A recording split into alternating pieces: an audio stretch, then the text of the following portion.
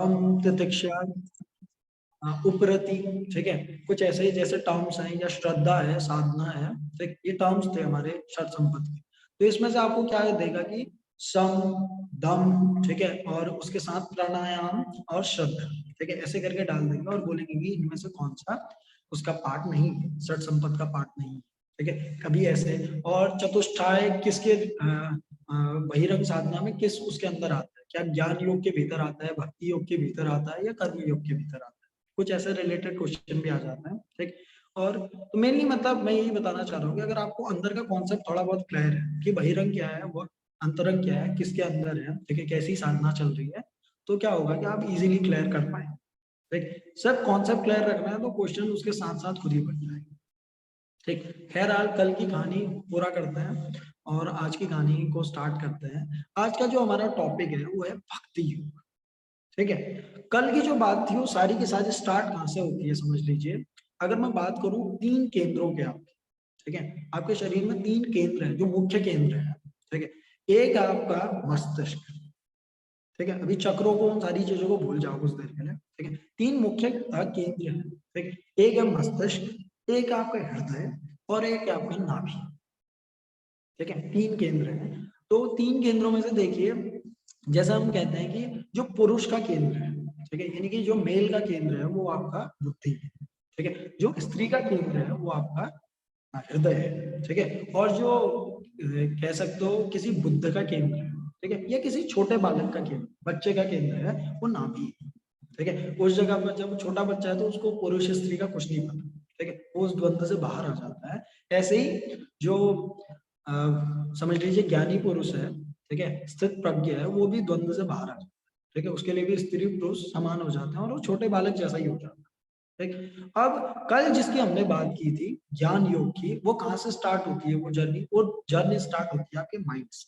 ठीक है। पहला ही की चीज क्या थी, वैराग्य, विवेक, ठीक है, विवेक मतलब क्लैरिटी, ठीक है। तो क्लैरिटी कब आएगी, थोड़ा बहुत विचारों में जब आप संदेह में थोड़ा बहुत परेशान होंगे, उसके बाद आपके अंदर एबिलिटी पैदा होगी विवेक की, एक विवेक के बाद वैराग्य पैदा होगा, फिर षट संपद, ठीक है, देन लास्ट में मुमुक्षुत्व, तब बहिरंग साधना पूरी होती है, then you are able to get that knowledge from the guru, ठीक। तो उसमें हम अंतरंग साधना के भीतर होते हैं, ठीक है। तो कल की पूरी जो साधना थी और जो पूरा का पूरा रास्ता है वो कहाँ से स्टार्ट होता है, माइंड से, ठीक है, यानी कि बुद्धि से शुरू होकर या मस्तिष्क से शुरू होकर वो परमात्मा तक जाता है, ठीक है, यानी कि आप बुद्धि के मार्ग से भी परमात्मा तक पहुंच सकते हैं, ठीक। ये है सेकंड है आपका, आज जो हमारा भक्ति का मार्ग है वो आपके हृदय से जुड़ा हुआ है, ठीक है, इस चक्र से जुड़ा हुआ है, तभी मैंने वो केंद्र बताया, ठीक है। दूसरा केंद्र जो आपके हृदय का है, ठीक है, इस जगह पर बहुत ज्यादा सोच समझ, ठीक, तर्क, बुद्धि और इन चीजों की बहुत ज्यादा जरूरत नहीं है, ठीक है, जिज्ञासा की बहुत ज्यादा जरूरत नहीं है, ठीक। भक्ति में जरूरत है आपके श्रद्धा की और भाव की, ठीक है। अगर आपके भीतर भाव है और श्रद्धा है, ठीक है, तो तब आप इस साधना के लिए तैयार हो पाए, ठीक। अगर मूलतः किसी के अंदर भी भाव है, भावनात्मक उसका पहलू ज्यादा जागृत है, ठीक है, तो भक्ति योग की साधना में उतर सकता है, ठीक। अगर हम वर्ड के ऊपर ध्यान दें भक्ति, ठीक है, तो भक्ति भज धातु से बना है, ठीक है। भज मतलब प्रेम पूर्वक, श्रद्धा पूर्वक, ठीक है, किसी कार्य को करना, ठीक है, यानी कि भक्ति करना, तो किसी कार्य को करना भी मैं भक्ति करना ही कह रहा हूँ, ठीक। जैसे एक डांसर के लिए उसकी भक्ति है उसका डांस, यानी कि नृत्यकार के लिए उसका नृत्य उसकी भक्ति, ठीक है। ऐसे ही एक संगीतज्ञ के लिए संगीत गाना, ठीक है, गाना गाना उसका भक्ति, ठीक है। ऐसे ही योगा प्रैक्टिशनर के लिए हो सकता है कि योग करना उसकी भक्ति, ठीक है, उसके कर्म ही उसकी भक्ति, ठीक। कर्म में ही, जैसे स्पोर्ट्समैन है वो अपनी स्पोर्ट्स में ही अपनी भक्ति को ढूंढे, ठीक, पूरा का पूरा अपनी भक्ति में उतर जाए, यानी कि अपने कर्म में उतर जाए, ठीक, प्रेम पूर्वक इस जगह भाव के साथ, तो वो क्या कर रहा है, भक्ति कर रहा है। इसका मतलब विजय सर आपने इनडायरेक्टली बोल दिया कि स्त्रियों के अंदर दिमाग की कमी है। नहीं नहीं ये तो समझ लीजिए ऐसा है, किसी का कोई एक्टिवेटेड केंद्र है, ठीक है। अब ये देखिए हमारे पास दो माइंड है, it's logical and one emotional, ठीक। अब क्या कर सकता है, देखिए पुरुष के अंदर एक चीज है कि वो 9 मंथ तक बेबी को रिटेन नहीं कर सकता, ठीक है। नहीं कर भी नहीं सकते वो, क्यों? क्योंकि उतनी ज्यादा उनके अंदर क्या नहीं चाहिए, पेशेंस नहीं है, धैर्य दैट नहीं वाज है। A joke, that was a joke actually. ठीक यस, है। ठीक है। तो नहीं, मेरा उस तरफ कोई इशारा नहीं है, ठीक। हाँ, तो इसके अंदर देखिए ऐसा होगा। और ये है कि स्त्रियां क्या कर सकती हैं, इजीली भक्ति के मार्ग में उतर सकती हैं। ये मेरा एट द एंड, मतलब जो एंड ऑफ द डे जो मोटो है वो है, ठीक। क्योंकि आपने देखा कि आप कोई भी पुस्तक पढ़ते हैं, ग्रंथ पढ़ते हैं, ठीक है, तो इन जगहों पे आप बहुत कम स्त्रियों का नाम सुनते हैं, ठीक है। कि आप महर्षि पतंजलि जी का नाम सुनते हैं, ठीक है, विवेकानंद जी या महात्मा बुद्ध, महावीर जी, ठीक है, किसी का भी आप नाम सुनते हैं तो बहुत कम आप स्त्रियों का नाम सुनते हैं इनके अनुपात में, ठीक है। रदर क्या होना चाहिए था, 50-50 या 40-60, ठीक है, या 60-70-30 कुछ भी हो, ठीक है। पर ये रेशियो बहुत कम है कि 10-90 ऐसा कुछ रेशियो है कि आप बहुत कम स्त्रियों का नाम सुनेंगे। अगर आपने रिसर्च की होगी तभी आपको पता होगा, अगर आपको पता भी नहीं होगा शायद कोई स्त्री आपको याद है, ठीक है, कि जो क्या होगी योग के मार्ग से या इन रास्तों से जिन्होंने क्या किया उस स्थिति को उपलब्ध हुआ, ठीक। तो इसका क्या मतलब है कि योग का मार्ग उनके लिए नहीं बना है, ठीक है। पर एक चीज क्या है कि उनकी अंतिम जो अभिव्यक्ति होगी, ठीक है, अंत में जो स्त्री की अभिव्यक्ति होगी वो डिफरेंट होगी और पुरुष की जो अभिव्यक्ति होगी वो डिफरेंट, ठीक है। तो मीराबाई आखिर में नाचती भी दिखे, ठीक है, वो आपको बहुत ज्यादा ज्ञान देते हुए नहीं दिखेंगी कि आपको सूत्र लिखाए गए या जीवन कैसे जीना चाहिए। या राबिया जी को अगर आप पढ़ती हैं या सुनती है तो उनको आप देखेंगे कि वो सिर्फ अपने जो थॉट्स हैं, ठीक है, उनको किसी गाने के थ्रू, ठीक है, या कुछ सिलेबल्स में वो बताती हैं, अगर वो बहुत ज्यादा चुप रहती है, वो अपने आप में मतलब कंप्लीट फील करती है, ठीक। तो बहुत ज्यादा उपदेशक नहीं बन पाए क्योंकि स्त्री की अभिव्यक्ति ऐसी है, ठीक है, और पुरुष की अभिव्यक्ति अलग है। बस यही मेरा मोटो है एट द एंड, ठीक। पर ऐसा नहीं है कि पुरुष भक्ति के मार्ग पर नहीं जा सकता। जैसे रेदास जी, कबीरदास जी, सूरदास जी, ठीक है, ये सभी क्या हुए भक्ति के मार्ग से पहुंचे हुए लोग, ठीक, उस स्थिति तक भक्ति के मार्ग से पहुंचे हुए लोग हैं। और जैसे आप नाम सुनते हैं रामकृष्ण परमहंस जी का, जो परमहंस वर्ड उनको मिला हुआ है वो इसी वजह से मिला हुआ है क्योंकि लगभग उन्होंने कहते हैं कि सभी मार्गों से उस स्थिति तक को अटेन किया है, ठीक है, पहुंचे हैं वो, पुरुष के मार्ग से भी पहुंचे हैं और स्त्री के मार्ग से भी पहुंचे हैं, ठीक। तो आज हम इस मार्ग की कुछ बारीकियां समझने वाले हैं कि कैसा ये मार्ग है, ठीक। हमने इतनी चीज तो समझी कि इस मार्ग के लिए आपको बहुत ज्यादा तर्क और बुद्धि की आवश्यकता नहीं है, ठीक। ऐसा नहीं है कि आपके भीतर वो होगा ही नहीं, ठीक, उसकी आवश्यकता नहीं है। क्योंकि जैसे अगर आप जानना चाहते हैं कि आप अपनी माँ से कितना प्रेम करते हैं या अपने पुत्र से कितना प्रेम करते हैं तो इस जगह तर्क क्या होगा, बहुत छिचला लगेगा, क्या जरूरत है इस जगह तर्क की, ठीक। अगर मैं आपसे कहूँ कि आप अपनी माँ के लिए या अपने पुत्र के लिए या अपने पति के लिए क्या कर सकते हैं, ठीक है, तो किसी भी कार्य को गिनाना क्या होगा, बहुत छोटी बात है। इस जगह पे आप बोलेंगे कि मैं जो कर पाऊंगी वो करूंगी, ठीक है, एंड ये इनफ है, ये सेंटेंस अपने आप में पूरा है, बहुत ज्यादा हिसाब किताब की किसी चीज की जरूरत नहीं, ठीक है। क्योंकि प्रेम भक्ति ये चीजें बहुत ज्यादा हिसाब किताब नहीं रखती, ठीक है, हिसाब किताब का सारा काम किसका है, बुद्धि का, ठीक है। और ये छोटी सत्ता है और जब बड़ी सत्ता सामने आती है जैसे इमोशन सामने आती है तो बुद्धि बहुत दूर हट जाती है, ठीक। तो बुद्धि की इमोशंस की सत्ता बुद्धि से बड़ी है। इस रास्ते में जैसे कोई साधक बढ़ता है, ठीक है, तो शुरुआत में तो उसे ये साधना जैसी लगेगी, ठीक है, ये बिल्कुल खेल जैसा होगा। पर इस खेल में भी क्या होंगे, कुछ चरण आएंगे, ठीक है, क्या वो चरण होंगे उन चीजों को हम समझें।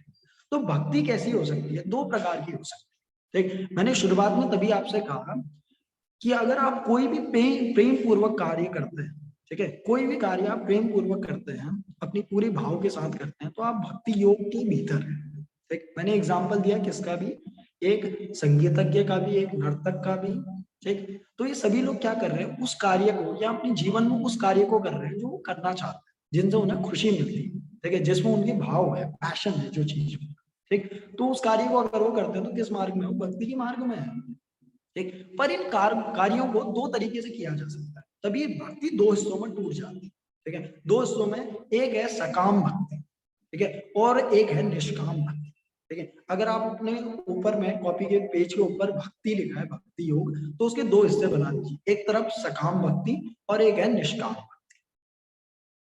ठीक है। तो सकाम भक्ति और निष्काम भक्ति, तो निष्काम भक्ति तो अपने आप में पूरी है, उस जगह कोई कामना ही नहीं है, तो उस जगह पे बहुत ज्यादा आपको डिफरेंशिएशन या क्लासिफिकेशन करने की जरूरत नहीं है, ठीक। पर सकाम भक्ति के भीतर हम मेनली क्या पढ़ने वाले हैं, नवदा भक्ति को पढ़, ठीक है, यानी कि 9 प्रकार की भक्ति। अगर आपने श्रीमद् भगवद गीता पढ़ी है तो उसमें सकाम और निष्काम भक्ति अलग अलग तरीके से बताई हुई है।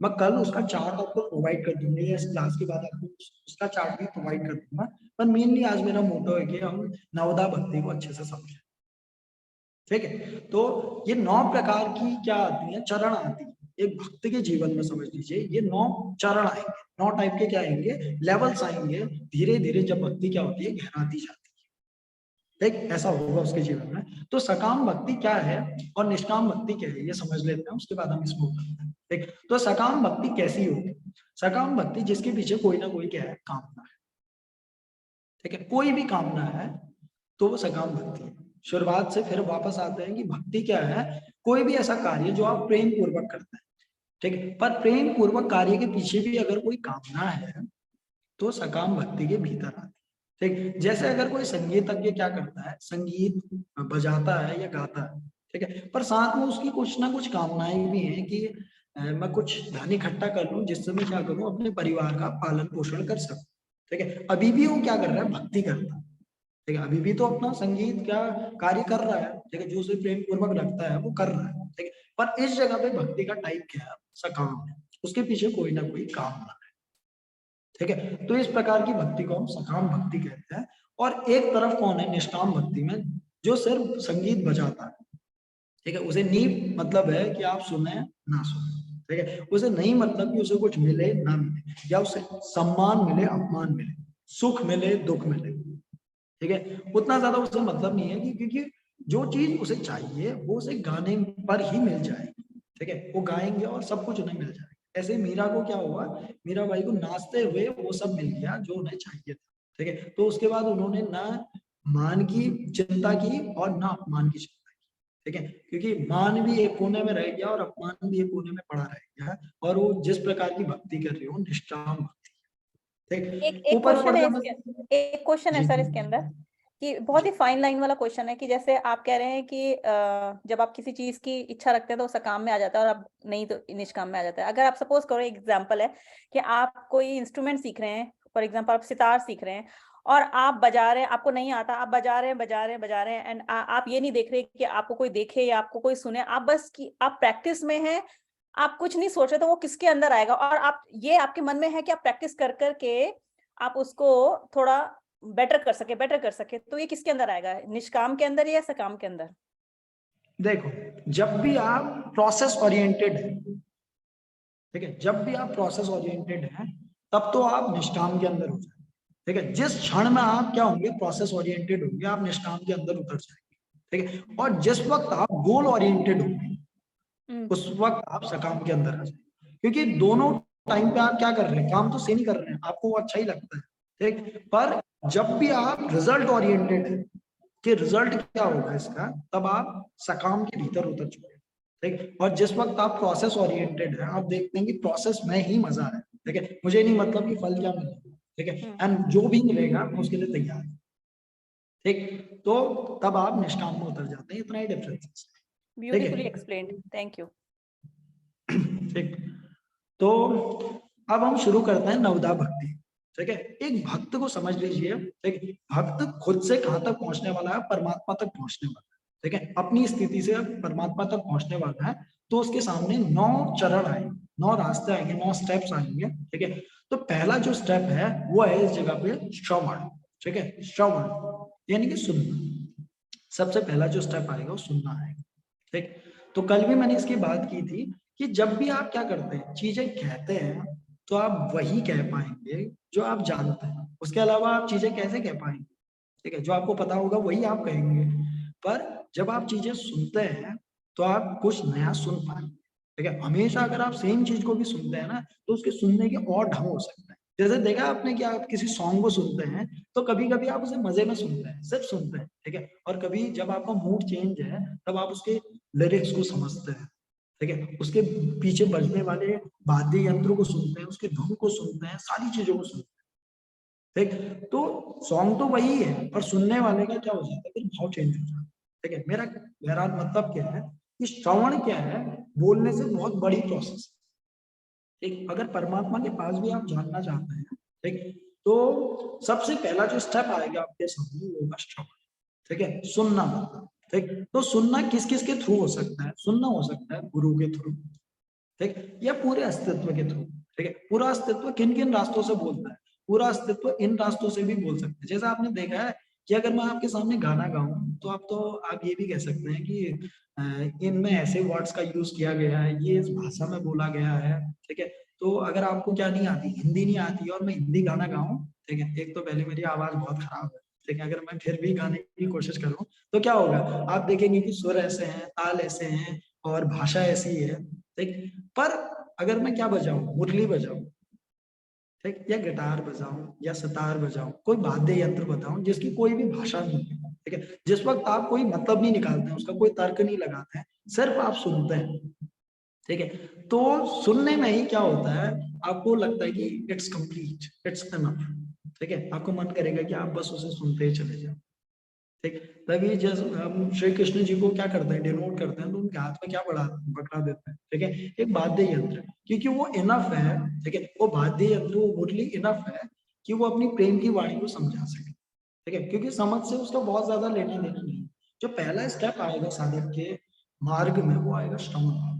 ठीक है, वो क्या भी सुन सकता है, बाहर चिड़ियाओं की आवाज भी सुन सकता है, ठीक, और समझ, ये पानी की आवाज को भी सुना जा सकता है, बारिश की आवाज को भी सुना जा सकता है, ठीक है, कीड़े मकोड़ों की आवाज, किसी भी आवाज, ठीक है, वो सुनेगा तो उसके भीतर कुछ ना कुछ बजने लगेगा। ठीक है, तो भक्त के जीवन में पहला स्टेप यह आएगा, वो श्रवण है, यानी कि परमात्मा के बारे में वो कुछ ना कुछ सुनेगा। अगर वो किसी व्यक्ति के थ्रू सुनता है तो उसे हम कहते हैं गुरुवाणी, गुरुवाणी को सुन रहा है। ठीक, और अगर पूरा अस्तित्व उसे सुनाता है तो डायरेक्ट परमात्मा को सुन। ठीक है, एक तो है अगर आप व्यक्ति के थ्रू परमात्मा के बारे में सुनते हैं तो ये तो गुरुवाणी है, ठीक है, या जिसे हम सत्संग कहते हैं, ठीक, सत्य का संग करना। और दूसरी जगह जब आप सिर्फ क्या करते हैं, जानवरों को सुनते हैं, प्रकृति को सुनते हैं, ठीक है, और गिरते हुए पानी की आवाज सुनते हैं, बारिश सुनते हैं, तो डायरेक्ट आप परमात्मा को सुनते हैं, क्योंकि उसके बीच में व्यक्ति का रोध ही नहीं। ठीक, तो पहला स्टेप जो आएगा साधक के जीवन में वो होगा श्रवण। ठीक है, वो सुनेगा और सुनते सुनते उसके बीच में, उसके भीतर क्या हो जाएगा, कुछ कन्वर्जन हो जाएगा। अब कल की चीज से अगर हम इसे कनेक्ट करें तो देखा कि बहिरंग साधना में क्या हुआ था, बहिरंग साधना में व्यक्ति की सिर्फ सफाई होती है, ठीक है, पूरी क्लेंजिंग हो जाती है और उसका माइंड क्या हो जाता है, रेडी टू अचीव, ठीक है, यानी रेडी टू कैच हो जाता है। ठीक, उसके अंदर भीतर पात्रता आ जाती है, उसकी जो चालाकी है ना वो हट जाती है। ठीक, पर जो भक्त है उसके भीतर तो चालाकी है ही नहीं। ठीक है, तो डायरेक्ट कहां से स्टार्ट करता है, श्रवण से स्टार्ट करता है। ठीक, तो डायरेक्टली क्या होता है, उसके भीतर श्रवण आता है। ठीक है, कुछ शब्द आते हैं तो जीवन उसे अपने आप क्या होता है, कुछ ना कुछ लेबल देने लगता है, कुछ ना कुछ वर्ड्स देने लगता है, उसके भीतर रूपांतरण होने लगता है। ठीक, तो जैसे रूपांतरण होता है श्रवण के माध्यम से तो अगले स्टेप के लिए वो तैयार होता है। ठीक है, अगला स्टेप है इस जगह पे, वो है, आप इसे कीर्तन कह सकते हैं, कई लोग इसे कहना कहते हैं, बोलना कहते हैं। ठीक है, और कीर्तन इस जगह पे कहा गया है, तो कीर्तन और बोलने में एक डिफरेंस है। ठीक है, कीर्तन बोलना तो सिर्फ सीधा सीधा बोलना भी हो सकता है, ठीक है, फिर कीर्तन कैसा है, गाना है। ठीक, एक बात है बोलना और एक बात है गाना। ठीक, इसमें बहुत डिफरेंस है। आपने देखा है जब आप बहुत खुश हैं, बहुत आनंदित हैं, तो आप किसी से बोलते हैं तो आपके बोलने में पीछे से एक म्यूजिक आ जाता है, एक लहर आ जाती है, तो उसे हम कीर्तन कहते हैं। ये मत सोचिए कि आप जबरदस्ती कोई वाद्य यंत्र बजाते हुए गा रहे हैं तो उसे आप कीर्तन कहते हैं। ठीक है, कीर्तन एक अवस्था है, ठीक है, एक माइंड की स्टेट है जब आप बहुत खुश हैं, बहुत ज्यादा खुश हैं, तो आपके मुंह से निकलने वाले जो सिलेबल्स है ना वो अपने आप म्यूजिक पकड़ लेते हैं, एक धुन को पकड़ लेते हैं। तो किसी किसी का क्या होता है, बोलना बहुत मीठा लगता है। क्यों? क्योंकि एक तो वो बोलते हुए बहुत खुश है। आप जब भी बहुत खुश हैं, भावनात्मक हैं, तो आपको बोलना क्या हो जाएगा, अपने आप मीठा हो जाएगा, गाना हो जाएगा। ठीक है, वो बात ही पूरी संगीतपूर्ण हो जाएगी। ठीक, तो ऐसी स्थिति में क्या होगा, अगर आपने रियल में कभी श्रवण किया है तो आपके बोलने में क्या आएगा, कीर्तन आएगा। ठीक है, आपका बोलना उसके बाद बोलना नहीं रहता। ठीक है, भक्त का बोलना कीर्तन है। ठीक, भक्त का सुनना श्रवण है, पहला स्टेप, ठीक है। जब सुनेगा उसके बाद ही वो चीजों को क्या कर सकता है, बोल सकता है। ठीक, भक्त का बोलना कीर्तन, अभी किसी को उपदेश नहीं देता, ठीक है। भक्त का काम उपदेश देना नहीं, ठीक, उसका काम है बोलना, गाना, बस, ठीक है। वो क्या कर रहा है, जो भी उसने सुना है उसे वो एक्सप्रेस कर रहा है। इस जगह आपने देखा है कि अगर आप, मैं बार बार इस चीज को इसी वजह से रिलेट करता हूँ, जैसे आप कोई अच्छा जोक सुन लेते हैं, ठीक है, तो जोक सुनने के बाद क्या होता है, कोई चीज आपके भीतर हंसने लगती है, ठीक है, और हंसते हंसते आपका खुद ही मन करता है कि आप दूसरों को भी ये जरूर बांटें, ठीक है। जब तक आप बांटते नहीं, आप भीतर से आपको खुजली होती रहेगी कि आप जरूर इसे सुने, ठीक, ये हमेशा होगा आपके साथ। तो यही हालत है भक्ति की, ठीक है। जैसे वो श्रवण करता है तो श्रवण से उसके भीतर कुछ ना कुछ खिलने लगता है, ठीक है। अब एनर्जी बाहर की ओर जाना चाहती है, पर बाहर उपदेश के मार्ग में नहीं जा सकती, भक्ति की ऊर्जा जाएगी कीर्तन के मार्ग से, ठीक है। तो उसके बाहर उससे खुशबू निकलेगी, उससे बोलना निकलेगा ऐसे, ठीक है, कि वो जैसे गाना गाए, ठीक। तो देखा आपने कि गाने में बहुत ज्यादा दिमाग नहीं लगाया जाता, पर बोलने में बहुत ज्यादा दिमाग लगाया जाता, ठीक है। इस जगह पे डिफरेंस को समझिए, तभी आप भक्त को समझ पाएंगे। जैसे अगर अगर क्या बोलने लगे एल्बर्ट आइंस्टीन ये बात को बोले कि मैं क्या कर सकता हूँ, चांद को पृथ्वी के भीतर ला सकता हूँ, ठीक है, या सभी तारों को मैं पृथ्वी के भीतर ला सकता हूँ, तो आप क्या कहेंगे, प्रूफ कीजिए, इसे कैसे प्रूव करेंगे आप, ठीक है, क्योंकि वो तर्क की भाषा बोलते हैं, तो तर्क में आप क्या लगाएंगे, तर्क लगाएंगे, ठीक। पर आपने बॉलीवुड के गाने सुने हैं ना कि प्रेमी अपनी प्रेमिका से कहता है कि मैं आपके कदमों में 4 तारे बिछा दूंगा, ठीक, तो आप कभी दिमाग लगाते हैं कि ऐसा होता है, ठीक है, ऐसा हो सकता है, कभी नहीं लगाया जाता है ऐसा। क्यों नहीं लगाया जाता, क्योंकि इस मार्ग पर जब भाव से बात हो रही है तब भाव का ही यूज किया जाता है, ठीक है। तो जब भी भक्त क्या करता है, श्रवण के बाद कीर्तन करता है, तो कीर्तन के ऊपर बहुत ज्यादा तर्क को इस्तेमाल नहीं किया जाता, ठीक है। तभी भक्त का जो बोलना है वो उपदेश नहीं है, वो कीर्तन है, ठीक। भक्त, फिर उसके बाद श्रवण, देन कीर्तन, देन अगला वर्ड है इस जगह पे स्मरण, ठीक है। स्मरण मतलब वो किसी चीज को याद कर रहा है, ठीक। जब वो क्या कर रहा है, उसके भीतर कुछ ध्वनि आई, कुछ खिला, ठीक, कुछ सुगंध पैदा हुई, तो उसने वो सुगंध बांटी, ठीक। बांटने के बाद भी क्या होता है, कुछ ना कुछ देर तक उसके भीतर वो झनकार बनी रहती है, ठीक है। उसमें वो क्या करता है, उसी परमात्मा की उस झलक को याद करता है, ठीक। जैसे क्या होता है, एक बर्तन गिरता है, तो गिर तो वो बहुत पहले जाता है, बहुत देर तक वो उसके बाद बसता है, ठीक है, उसकी झनकार बहुत देर तक रहती है।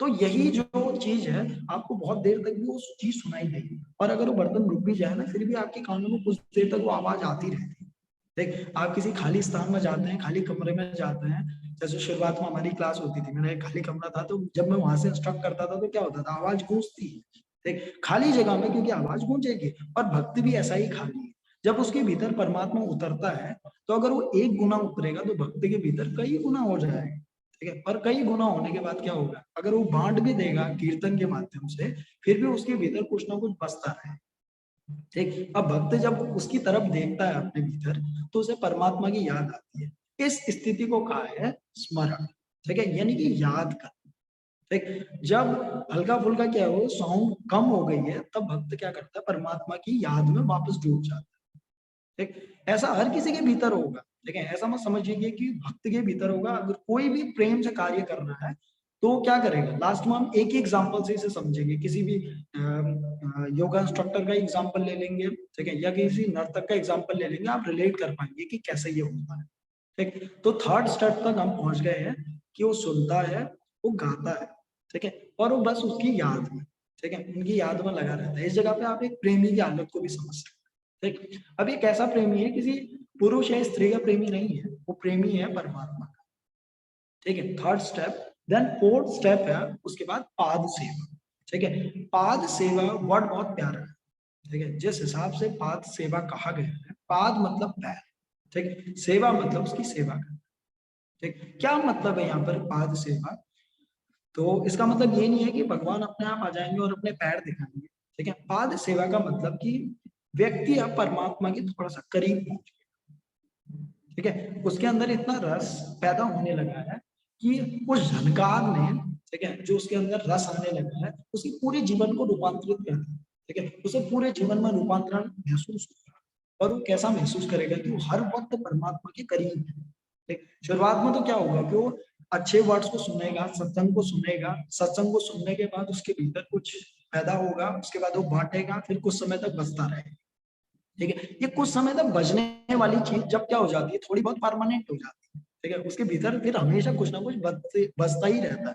जैसे हम क्या कहते हैं, जैसे नाद अनुसंधान में हम क्या कहते हैं कि नाद अनुसंधान में व्यक्ति को अपने भीतर का नाद सुनाई देने लगता है, तो भक्त को भी अपने भीतर का रस उसके बाद सुनाई देने लगता है निरंतर, हर वक्त। ठीक है, उसे लगेगा कि कोई ना कोई शक्ति हर वक्त मेरे करीब है, करीब है, जस्ट अभी। ठीक है, जब करीब है तो इस स्थिति को भक्त की क्या कहा गया, पाद सेवा, यानी कि उनके परमात्मा के पैरों के करीब है। ठीक है, सेवा मतलब कार्य करना।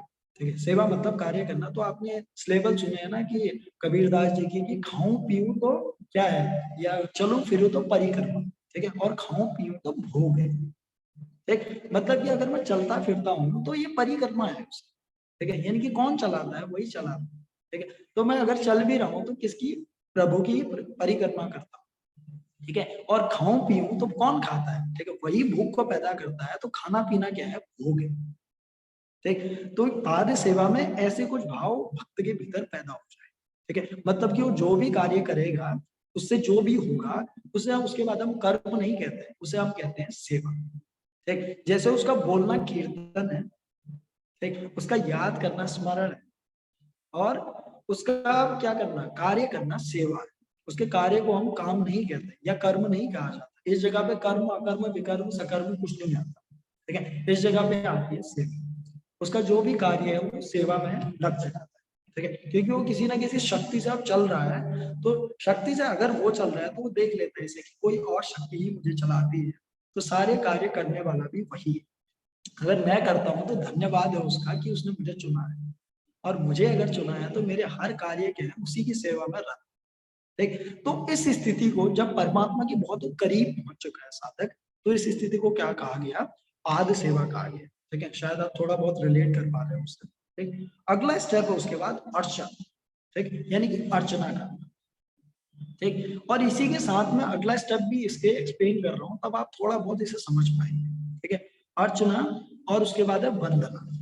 ठीक है, तो आपने जैसे 3 स्टेप लिखे कि श्रवण है, ठीक, कीर्तन है, स्मरण है, उसके बाद पाद सेवा है, ये 4 चीजें हैं। ठीक, अगले 2 स्टेप मैंने कहे कि अर्चन और वंदन, यानी कि अर्चना और वंदना। ठीक, ये सुनने में ऊपर से बिल्कुल सेम वर्ड्स लगे। ठीक है, कि अर्चना और वंदना। ठीक, पर इसमें थोड़ा सा डिफरेंस है। ठीक, इसमें क्या डिफरेंस है, देखिए, अर्चना और वंदना जो ऊपर से क्या लग रहे हैं, बिल्कुल पूजा जैसे ही लगता है कि वो व्यक्ति पूजा कर रहा है। ठीक है, अर्चना भी वही है और वंदना भी वही है। ठीक है, पर भक्त के जीवन में 2 स्टेप्स क्यों हैं। अर्चना अगर आप ध्यान से वर्ड को देखें तो अर्चना में एक प्रकार की क्या छुपी है, मांग छुपी है। ठीक है, आप किसी के सामने अर्चना करते हैं तो उसके पीछे क्या छुपी है, अभी मांग छुपी है। तो व्यक्ति भी अभी परमात्मा के पास अगर गया है तो किस वजह से वो गया था, सकाम की वजह से गया था ना। ठीक है, भले उसके भीतर अब किस चीज की कामना है कि प्रभु हमेशा मेरे पास रहे। ठीक है, जो अभी मुझे रस मिल रहा है वो हमेशा मुझे मिलता रहे, अभी उसके पास ये कामना है। ठीक, जब तक उसके भीतर ये कामना है तो उसके भीतर क्या है, अर्चना है। उसके भीतर ऐसी स्थिति पैदा होती है पाद सेवा के बाद, वो देखता है कि हर वक्त, हर क्षण प्रभु उसके पास है। उसके भीतर कोई ना कोई ध्वनि अब गूंजती रहती है। ठीक है, उसके भीतर कोई ना कोई आनंद गूंजता रहता है। ठीक, तो क्या डिमांड करता है कि प्रभु हमेशा मेरे पास रहे। ठीक है, हमेशा मेरे साथ रहना है। तो जो वर्ड है ना कि अगर राम तुम्हें तुम्हारे जीवन की नैया को चला रहा है तो तुम्हें किस बात की चिंता है। ठीक है, तो ऐसे कुछ भजन है, अगर आप उन्हें सुनेंगे तो आपको उस चीज की झलक आएगी कि भक्ति इस जगह पे क्या कह रहा है कि प्रभु हमेशा मेरा ख्याल रखना, मेरे साथ रहना। ठीक, अभी तक उसे थोड़ा बहुत डर भी है कि कहीं ये सब कुछ गायब ना हो जाए। ठीक है, जो मुझे रस मिल रहा है वो हट ना जाए। तो वंदना करता है, मतलब अर्चना करता है कि प्रभु उनके साथ है। ठीक, इसमें क्या है, छोटी सी मांग छुपी है, भले ही क्या है बहुत प्यारी सी मांग है, पर इसमें मांग है। ठीक, जैसे वो इस मांग को करता ही रहता है तो कुछ दिनों में उसके भीतर क्या होती है, उसकी प्रगाढ़ता आ जाती है और उसे भरोसा आ जाता है कि प्रभु अब उसके साथ है। ठीक है, उसका साथ नहीं छोड़ेंगे। ठीक, तो उसके बाद वो वंदना शुरू करता है। ठीक है। वंदना एक प्रकार का धन्यवाद है, ठीक है। अब वो देखता है कि हर एक काम जो कर रहा है, हर एक कार्य, हर एक बात बात करना, बोलना, खाना पीना, सब कुछ किसके इर्द गिर्द है? परमात्मा के इर्द गिर्द, ठीक है, उसके प्रभु के इर्द गिर्द है। तो क्या महसूस करता है उसके बाद कि प्रभु अब मुझे छोड़कर नहीं जाएंगे, वो मेरे भीतर बस चुके हैं, ठीक। इस स्थिति में साधक के भीतर क्या पैदा होती है? वंदना पैदा, ठीक। जो शुरुआत में क्या थी? कीर्तन थी, ठीक। वही क्या बनी? एक बार अर्चना बनी और वही उसके बाद वंदना बनी, ठीक है। वंदना क्या है? एक प्रकार का धन्यवाद है, ठीक। जैसे मंदिर में दो चीजें कही जा सकती है ना, मंदिर में आप जाते हैं तो एक ऐसा भी कहा जा सकता है कि भगवान मुझे धन देना, पद देना, कार्य ये, ठीक है, मतलब कि मेरे कामों की पूर्ति करवाना, ये कहा जा सकता है, ठीक है, कि ईश्वर मेरे इनका ध्यान रखना। कोई भी कार्य आप ईश्वर को बताते हैं कि मुझे इस काम में सफल बना देना, ये भी कहा जा सकता है।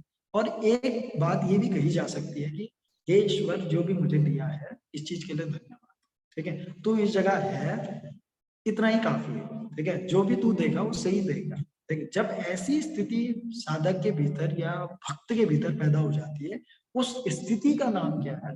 वंदना है, ठीक है। स्टेप बाय स्टेप देखिए आप, तो अर्चना से वंदना में जाने में तो हमें एक ही लाइन लग रही है कि अर्चना से व्यक्ति वंदना तक पहुंच गया, ठीक है। पर इसमें क्या हो सकता है? कई साल भी लग सकते हैं, कई सारे वर्ष लग सकते हैं, ठीक है, कि अर्चना से वंदना तक वो पहुंचे, क्योंकि कई समय तक व्यक्ति के भीतर डर रह सकता है कि जो उसे महसूस हो रहा है वो गायब ना होने लगे, ठीक। जब उसे पूर्ण भरोसा हो जाता है कि अब परमात्मा उसके भीतर है, तो क्या होता है? अब उसके भीतर से वंदना पैदा, ठीक। वंदना के बाद जब वो धन्यवाद में है अभी, ठीक, तो उसके भीतर वो अगले स्टेप के लिए तैयार होता है, जिसे हम कहते हैं दास्य, ठीक है।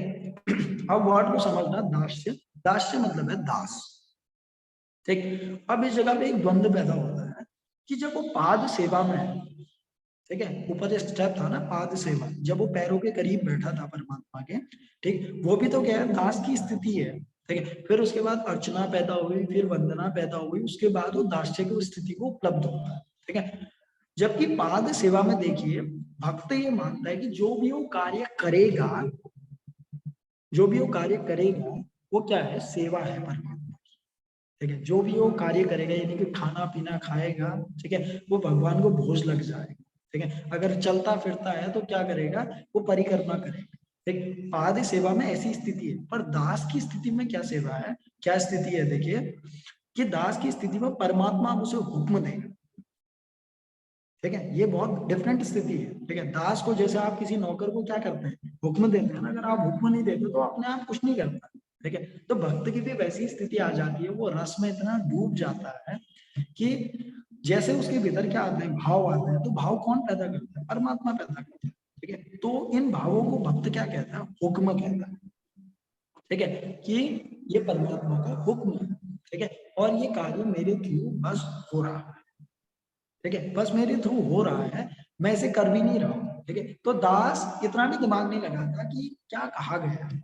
जैसे आपने देखा है कि सैनिक को जब सेना में क्या किया जाता है? भर्ती का कराया जाता है, तो शुरुआत में उसे दाहिने मुड़, बाएं मुड़, दाहिने मुड़, बाएं मुड़ 50 बार ऐसा करवाया जाता है, ठीक है, 50 बार, हजारों बार ऐसा करवाया जाता है। तो दाहिने मुड़, बाएं मुड़ का क्या मतलब है? ठीक है, उसके भीतर किस भाव को पैदा किया जा रहा है? दास्य भाव को पैदा किया जा रहा है, ठीक है। अगर मेरे दाहिने मुड़ कहने पर वो दाएं मुड़ जाएगा और बाएं मुड़ कहने पर बाएं मुड़ जाएगा, अपनी बुद्धि का प्रयोग नहीं करेगा, तो एक दिन क्या होगा? मेरे फायर कहने पर वो फायर भी कर देगा, तो इतना दिमाग नहीं लगाएगा, ठीक है। इसी वजह से इतना कन्फाइनली ट्रेन किया जाता है, ठीक। तो वैसी स्थिति अब किसकी है? दास की, ठीक है। परमात्मा से जो भी हुक्म मिलेगा, ठीक है, वो उस पर बहुत ज्यादा बुद्धि नहीं लगाने वाला, ठीक है, क्योंकि उसे पता है कि अगर उसका हुक्म है, वो करता है, तो वही करवाएगा। अगर मुझे आग में भी कुदाता है तो कुदवा देगा, ठीक है। तो आपने जिन संतों को इन पे अंगारों पे नाचते हुए देखा होगा, ठीक है, या कोई चीज सुनी होगी कि आग के बीच में कोई संत बैठा हुआ है, कोई भक्त बैठा हुआ है, वो नहीं जलता है। जैसे प्रहलाद की आपने कहानी सुनी है, ठीक है, तो उस स्थिति में यही होगा, ठीक। उसकी उसका जो ख्याल रखने वाला है वो कोई और है, ठीक है। उसको जो भी कार्य मिला है वो अब कार्य नहीं होता, ना वो सेवा होती है, क्योंकि सेवा तो अपनी तौर से की जाती है, ठीक है। इस जगह पे आप क्या है? हुक्म है, ठीक? हुक्म मतलब क्या? परमात्मा उसे हुक्म देता है, उसके भीतर ऐसा भाव देता है, और जैसा भाव आता है उन चीजों को कर देता है, ठीक है। बीच में आप खुद को भी नहीं लाता, ठीक है। अभी खुद को नहीं लाता है कि जो हुक्म मिला वो कर देता है, ठीक। पर अभी भी देखिए, अभी तक भी क्या डिफरेंस बना हुआ है, भक्त और भगवान के बीच में एक डिफरेंस बना है, ठीक है, कि भक्त अलग है और भगवान अलग है, ठीक। यहाँ तक वो डिफरेंस बना हुआ है। ऐसे ही अगला स्टेप क्या है, सखा, ठीक है। दास के बाद अब सखा। दास फिर भी क्या होता है, पैरों में ही बैठा रहता है, पर सखा कहाँ बैठता है, बगल में बैठता है, ठीक। तो परमात्मा के और करीब पहुंच जाता है उसके बाद, ठीक। तो भक्ति इस स्थिति में परमात्मा के और करीब पहुंच जाता है और एक साथ बैठ जाता है, ठीक है। परमात्मा के जस्ट बगल में ही बैठ जाता है, समझ लो, ठीक है। जैसा परमात्मा देखता है वैसा ही भक्ति भी देखने लगता है, ठीक। तो कोई नौकर अगर किसी मालिक के साथ बहुत ज्यादा समय तक रहता है ना, ठीक है, तो क्या समझने लगता है कि मालिक कैसे कार्य करता है, किस वक्त वो नहाता है, खाता है, पीता है, क्या कार्य करता है, सब कुछ नौकर को पता लग जाता है, ठीक है। ऐसे ही होता है उस भक्त के साथ भी, जब परमात्मा उसे फ्रिक्वेंटली अपने हुक्म देता रहता है, तो उसे पता लग जाता है कि परमात्मा के कार्य करने का ढंग क्या है, ठीक। तो इस जगह पर वो दास की स्थिति से कहाँ पहुंच जाता है, सखा की स्थिति तक पहुंच जाता है, ठीक है। वो इस जगह पर मित्र बन जाता है, ठीक।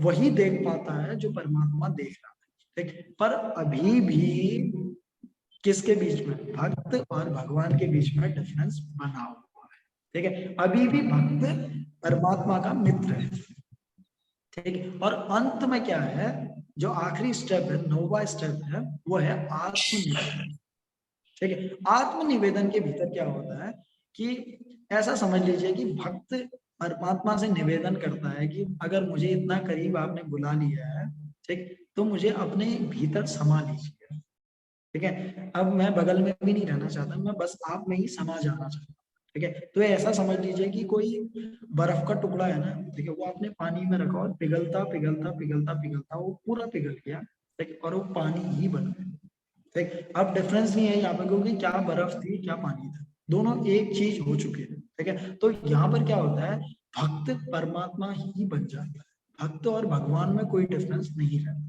ठीक है। तो इस जगह पर नवदा भक्ति पूरी हो जाती है। और इस जगह पर भी क्या है, मैंने कहा कि सकाम भक्ति इस जगह पर पूरी हो जाती है, ठीक है। और जिस स्थिति पर क्या होता है, सकाम भक्ति पूरी होती है, क्योंकि अब भक्त मांगेगा किससे, किसी में डिफरेंस भी तो होना चाहिए ना, जिससे तुम मांगो उसमें डिफरेंस भी तो होना चाहिए, आप खुद से कोई चीज थोड़ी मांगते हैं, ठीक है। तो कामनाएं सारी की सारी इस जगह पे क्या हो जाती है, लुप्त हो जाती है, ठीक है। सारी कामनाएं लुप्त जिस जगह पर हो जाती है वो सकाम भक्ति पूरी हो जाती है, ठीक है? सकाम भक्ति के बाद अब ये जो भक्त है, या मुझे इस जगह पर भक्त नहीं कहना चाहिए, इस स्थिति को बस भगवान ही कहना चाहिए, ठीक है। इस स्थिति पर भगवान और भक्त एकाकार हो जाते हैं, ठीक है। यानी कि आत्मा का परमात्मा में मिलन हो जाता है, ठीक। और मिलन हो जाने के बाद अब उसके भीतर से जितने भी क्या निकलती है, सेवाएं निकलती हैं, उसे हम क्या कहते हैं, निष्काम भक्ति के अंदर गिनते हैं, ठीक। अनुरोध है, जिसका भी क्या है माइक ऑन है तो प्लीज उसे ऑफ कर लीजिए, क्योंकि सुनने में डिफरेंस हो रहा होगा इससे। Doctor Sandhu ji please mic off कर लीजिए, ठीक है, ठीक।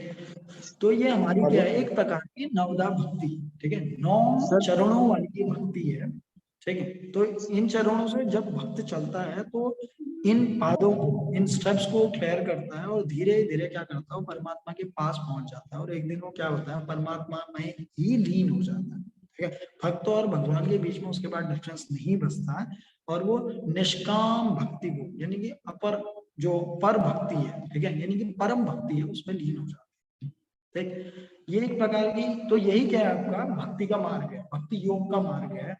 अगर इतने से रिलेटेड कोई क्वेश्चन हो, कोई कंफ्यूजन हो, तो उसे हम बहुत आराम से डिस्कस कर सकते हैं, ठीक है। कल मैं आपसे या इसके बाद में आपको एक चार्ट सेंड कर दूंगा, जिसमें गीता, श्रीमद् भगवत गीता के अकॉर्डिंग सकाम और निष्काम भक्ति को डिस्क्राइब किया गया है, ठीक। मैं इसके साथ ही उसे एक्सप्रेस क्यों नहीं कर रहा हूँ, क्योंकि अभी आपने नवदा भक्ति पढ़ी, ठीक है। अगर आप श्रीमद् भगवत गीता के अकॉर्डिंग डायरेक्टली अभी क्या पढ़ लेते हैं, सकाम और निष्काम भक्ति पढ़ लेते हो, तो आपको थोड़ा बहुत कॉन्फ्लिक्ट पैदा होगा, ठीक है। वो भी डिक्टो है, सेम है, ठीक। पर क्या होगा कि आपको कुछ ना कुछ कंफ्यूजन पैदा होगा, ठीक। खैर यहाँ पर बात पूरी होती है,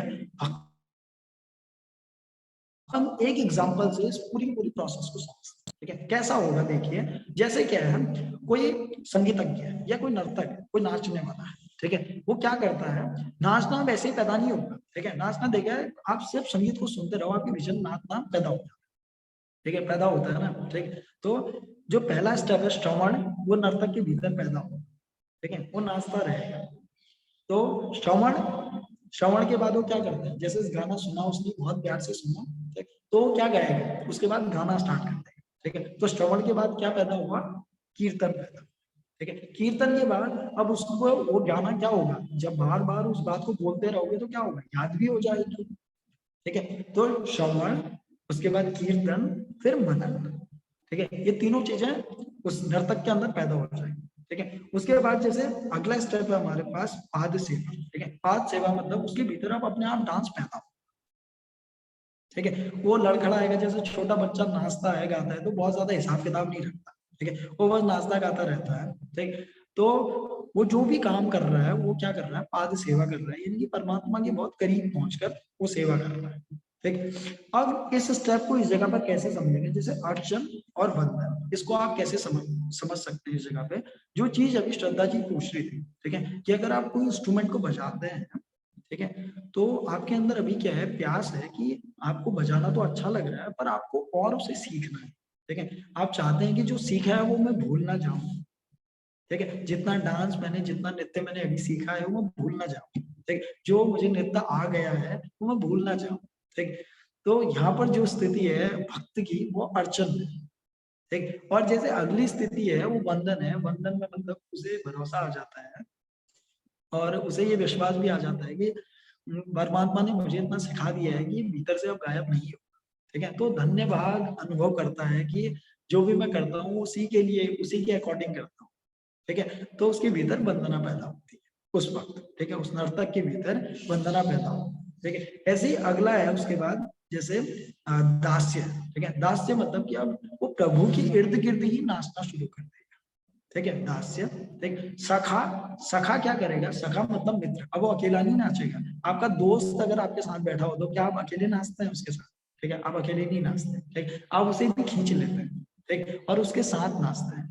तो मीराबाई के बोलों में आपने सुना है ना कि वो अकेले नहीं नाचती, ठीक, उनके साथ कृष्ण भी नाचते हैं, ठीक। जबकि एक्चुअल में मीराबाई और कृष्ण के बीच में लगभग लगभग 4 से 5 हजार सालों का डिफरेंस है, ठीक। मीराबाई का काल और श्री कृष्ण का काल बहुत दूर है, ठीक है। फिर भी क्या है, मीराबाई कृष्ण के साथ नाच पाती है, वो कैसे नाच पाती है, क्योंकि वो इस स्थिति पर है, ठीक है, वो सखा की स्थिति पर है, वो प्रेमी की स्थिति पर है, ठीक है, तो वो उन्हीं के साथ नाचती है, ठीक। और अंत में क्या होगा, जो आत्मनिवेदन की स्थिति है कि अब नर्तक क्या होगा, भगवान में ही यानी कि परमात्मा में ही लीन हो जाए, ठीक है। तो ऐसी स्थिति में जो नृत्य पैदा होगा वो कैसा होगा, जैसे आपने भगवान शिव का क्या तांडव देखा है ना, ठीक है, या उनका जो नृत्य है, ठीक है, वो वैसा ही नृत्य है समझ, ठीक है। या रसखान के जो पद हैं, ठीक है, जो श्री कृष्ण के पदों के बारे में बोलते हैं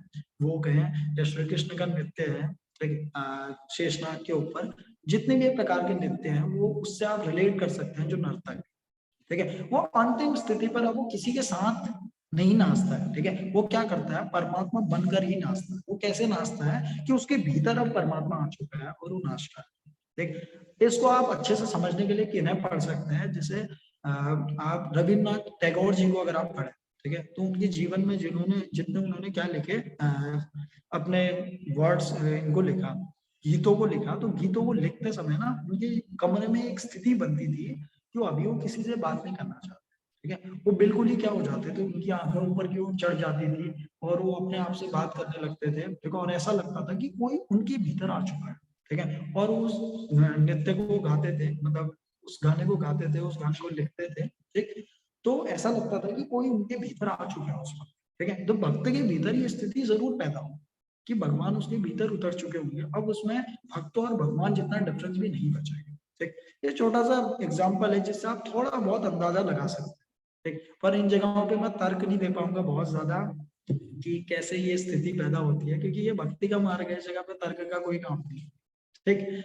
हाँ जी, कुछ लोगों के हाथ ऊपर है, चलिए एक एक करके आप चीजें पूछ सकते हैं। जी सर, मेरा क्वेश्चन ये था सर, जैसे आपने बोला कि ये सकाम भक्ति के अंदर आता है, नवदा भक्ति, तो शुरू के जो 6 चरण है सर, वो तो ठीक है, समझ में आते हैं, सकाम भक्ति में आ सकते हैं, लेकिन ये जो दास्य सखा और आत्मनिवेदनम है, ये तो कोई वो ही कर सकता है जो निष्काम भाव से प्रभु की सेवा करे। जो अगर कामना भाव से कर रहे हैं वो तो सर दास्य से सखा और आत्मनिवेदन कर ही नहीं पाएगा। देखिए क्या है इस जगह पे, ये बहुत अच्छा क्वेश्चन है, आपने आप स्थितियों को जैसे समझ गए, ठीक। पर देखिए जैसे क्या है, मालिक और सेवक है, ठीक है। इस जगह पर आपको ऊपर से तो क्या दिख सकता है कि जो ये सेवक है, ठीक, वो मालिक की क्या करेगा, कामनाओं की वजह से सेवा करेगा। पर इस स्थिति में आपको ऐसा नहीं दिख रहा है, आपको दिख रहा है कि जो दास्य स्थिति है, ठीक, दास्य स्थिति में क्या होना चाहिए, एक प्रकार का क्या होना चाहिए, उसके अंदर समर्पण होना चाहिए। और समर्पण होने के बाद ही वो दास बन पाएगा, वो अपने दिमाग को हटा पाएगा उस जगह से, जो हुक्म मिला उस चीज को कर पाएगा, ठीक है। पर अभी भी क्या है, देखिए भक्त और भगवान के बीच में डिफरेंस है। मैं तभी इस लाइन को बार बार बोल रहा था कि भक्त और भगवान के बीच में जब तक डिफरेंस है, तो क्या है, भक्त का भगवान के प्रति क्या है, अभी भी एक बीच में समझ लीजिए अंतर है, ठीक है। उसको, भक्त को भगवान के थ्रू कुछ मिल रहा है, ठीक है, और उसको देख रहा है कि मुझे मिलता है, ठीक है। अभी उसके पास कामनाएं नहीं है, पर किस चीज की मांग है उसके भीतर, दास के भीतर मांग है हुक्म की, समझ रहे हैं आप, ठीक है। अभी भी उसके भीतर कामना है, पर कामना किस चीज की है, हुक्म की कामना है कि ईश्वर मुझे हुक्म दो, ठीक है, मुझे वो ऊर्जा दो, मुझे वो काम बताओ, मुझे वो नृत्य दो, मुझे वो गाना दो, ठीक है, मुझे वो गीत दो कि मेरे थ्रू वो बह सके, ठीक। अब वो ऐसी कामना है उसकी, क्योंकि जब तक भक्त और भगवान के बीच में डिफरेंस है, उस जगह पे कामना बची ही रहेगी, वो बहुत सटल माइन्यूट बची रहेगी, पर वो बची रहेगी, ठीक है। मित्र और मित्र के बीच में भी क्या है, आप मित्र की चीजों को इस्तेमाल कर सकते हैं, जैसे आपने देखा है, पूरे भाव में उतरिए, तब आपको चीजें समझ में आएंगी। जैसे आप अपने मित्र की किसी वस्तु को इस्तेमाल करें, ठीक है, आप भले कितना भी उस चीज को इस्तेमाल करें, उस जगह पर कोई ना कोई डिफरेंस है। आपको पता है कि मित्र की वस्तु है, ठीक। आपको अगर ज्यादा बुरा नहीं लगता कि अगर आप अपनी गाड़ी को क्या कर दें, एक्सीडेंट कर दें या ठोक दें या कुछ हो जाए, ठीक है, आपकी गाड़ी में, आपके वस्त्रों में, ठीक, तो आपको ज्यादा वो नहीं लगेगा, कि ज्यादा चिंता नहीं होगी कि आपकी चीज थी, कोई दिक्कत नहीं है, ठीक। बट अगर मित्र की चीज अगर ऐसी होने लगे तो क्या होगा, आपको थोड़ी चिंता होगी, क्योंकि इससे मित्रता टूट सकती है, ठीक है। अगर मित्रता बन सकती है तो मित्रता टूट भी सकती है, क्योंकि अभी तक भी क्या बना हुआ है, डिफरेंस बना हुआ है, ठीक। तो ये इसी चीज की कामना है। अब इस जगह पर जो मित्र है, उसको किस चीज की कामना है, उसको मित्रता की कामना है, ठीक। ऊपर तक तो आपको दिख रहा है कि उसको शक्ति की कामना है, उसको भीतर के रस की कामना है, बस दास को कामना है हुक्म की, ठीक है। मित्र को कामना है मित्रता की, उस औरा की कामना है, ठीक। और इस जगह पर मित्र की ऐसी स्थिति है, समझ लीजिए कि उसको जो शरीर मिला हुआ है, ठीक है, वो भी मित्र का ही है। जैसे आप मित्र से उधार मांग लेते हैं ना, तो इस जगह पे आपने इस लेवल सुना कि तेरा तुझको अर्पण, ठीक है, क्या लागे मेरा, ऐसे जो लाइंस हैं, इनको कैसे लिखा गया हो, ठीक। क्या मतलब ज्यों की त्यों धड़ देनी चदरिया, ठीक है, ये लाइन आपने सुनी होगी, ठीक है। मतलब ज्यों की त्यों धड़ देनी चदरिया, ये किससे कह रहे हैं कभी, ठीक है, ये उसी से कह रहे हैं कि जिसकी चादर है, मैं उसकी चादर वैसी की वैसी ही रख दे रहा हूँ, ठीक है। आप अपने दोस्त को क्या कह रहे हैं कि देख भाई, मैंने चीज ली थी तुझसे और मैं वैसी की वैसी उसी जगह पर रख दे रहा हूँ, ठीक। ऐसे ही कबीरदास जी राम से कहते हैं कि ज्यों की त्यों धड़ देनी चदरिया, मतलब अपने शरीर से वो कहते हैं कि जैसा शरीर मुझे दिया था तुमने, जैसा बालक रूप का शरीर मुझे प्रदान किया था मेरे मित्र, माँ तेरे सामने वैसा ही इसे रख देना, ठीक है, इसमें मेरा कुछ नहीं है, ठीक है, तेरा तुझको अर्पण, ठीक है। ये ऐसी स्थिति है, पर इसमें भी क्या है, डिफरेंस बना हुआ है, ठीक। क्योंकि अगर वो इस शरीर का ढंग से ध्यान नहीं रखता है, जो क्या करने वाला है, सेवा करने वाला है, भले पुण्य करने वाला है, पर अगर वो ध्यान नहीं रखता तो क्या हो सकता है, मित्रता टूट सकती है, ठीक है। अभी भी कामना बनी हुई है, पर कामना किस चीज की है, अभी अभी मित्रता की कामना, ठीक। बहुत छोटी कामना है, मतलब नेग्लेजिबल कामना है, पर कामना है, ठीक। और कामना तभी पूरी होगी जब क्या होगा, बीच का द्वंद्व पूरा हो जाएगा। और मैंने आखिरी स्टेप में कहा था कि भगवान और भक्त के बीच का जो द्वंद्व है वो पूरा हो जाए, और जैसे द्वंद्व पूरा हुआ, तो पूरा द्वंद्व होते ही अब क्या हो गया, कामना पूरी हो जाएगी, आप दूसरे से कुछ नहीं मांग सकते ना, ठीक है। तो इस प्रकार वो सटल कामनाएं हैं, पर कामनाएं हैं, ठीक। तो होप आपको थोड़ा बहुत वो मिला होगा कि हाँ, ये ऐसे सकाम और निष्काम है। जी सर, ठीक है सर, हाँ thank ji. You. Vijay sir, एक तो कल की वाली जो जो आपकी वीडियो है वो मिल पाएगी? अच्छा, तो सानू जी से एक बार मैं कह दूंगा, उसे सानू है। जी यही अवेलेबल है, प्लीज हाँ इन्हें जी। अवेलेबल करवा दीजिएगा सानू जी से। हाँ, कल कल की वीडियो तो अपलोड हो गई है। कल वाली, अच्छा। और ठीक है, और डॉक्टर सांधु भी यहाँ पर हैं, तो नमस्कार सर। मैं एक बार रिपीट करना चाहती हूँ कि मॉर्निंग की जो आपकी योगा क्लास है उसके टाइमिंग आप थोड़ा सा एक्सटेंड कर सकते हैं, जैसे आप पहले आप कह रहे थे मैडम आप मैडम जो वीडियो को फॉलो कर सकते हो, 24 आवर्स कभी भी कर सकते हो। अभी तो सर अच्छा, के पास टाइम इतने करता है। ओके ओके, ठीक है। मैं एक काम सर करूंगा, मैं आपको एक अलग से वीडियो लिंक दूंगा, आप उस पे जाना, उस पे आपको नेचुरल लगेगा आपको। ठीक है, ठीक है सर। जब जैसे ही ऑन करोगे आपको ऐसे, जैसे अभी तो सर करा रहे हो, 1 मिनट मुझे